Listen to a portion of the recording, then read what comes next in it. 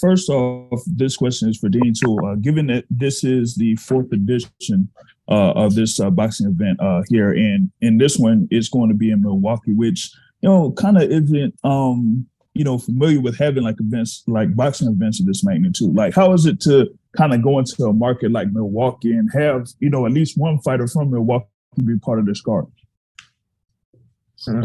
No, it's super exciting, and we were looking at places all over the country. We were looking at Arizona at one point, Texas, Florida, all sorts of different places. Pettis is from Milwaukee. He hadn't fought there since 2016 or 2000 something crazy. It was a long time ago, I think. And then we just kind of look at cities that have a big population, but maybe don't have enough going on. Miami's a tough town because there's so many things you're competing with every weekend. Vegas, you're competing with something every single night. Justin Bieber could be one night here, the same night it could be Tim McGraw selling out the Raiders Stadium or something. Like, it's wild. So Milwaukee is an hour and 15 minutes from Chicago.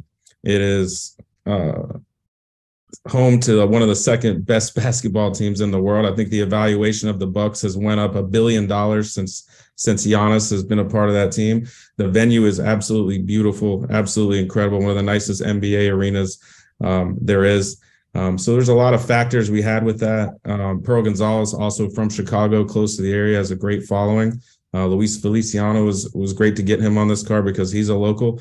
But we've done how many fights? Probably 4 fights Roy and I have co-promoted that he's fought on in Pensacola. So I think this is cool. We're doing this in a different city, a big city and a beautiful venue. Now we're in Anthony Pettis' hometown, and there are some locals on the card and some huge star power. So that's kind of how we came up with that. And then we have kind of like a deal with ASM, the arenas all over the country. So that place was open. It all made sense. And that's why we picked Milwaukee. Gotcha. And my next question here is for Anthony Pettis. I noticed you were talking about, getting in the ring with Roy Jones, and you named all his accolades and being one of the greatest of all time, and also being a 2022 International Boxing Hall of Famer.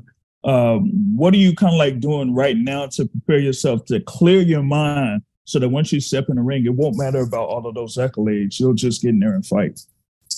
I'm sparring every day, bro. I'm sparring, 5 rounds a day, 10 rounds on Friday, 12 rounds on Saturday. The more sparring I can get, I'm gonna be in there.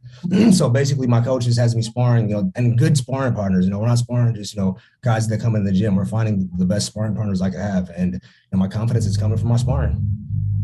Gotcha. And my last question here is for Roy Jones. Dean Toole was saying you've been, working with him a few times as far as like having fights over in P-Cola, as we say in Florida.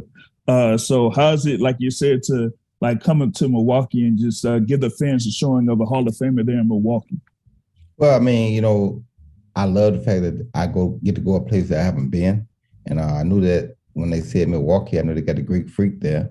So for me, myself and Pettis, we both kind of freaks in the ring.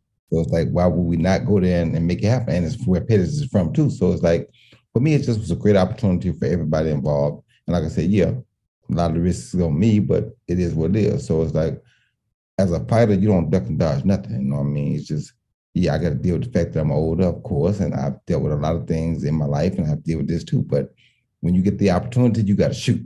And that's what we do.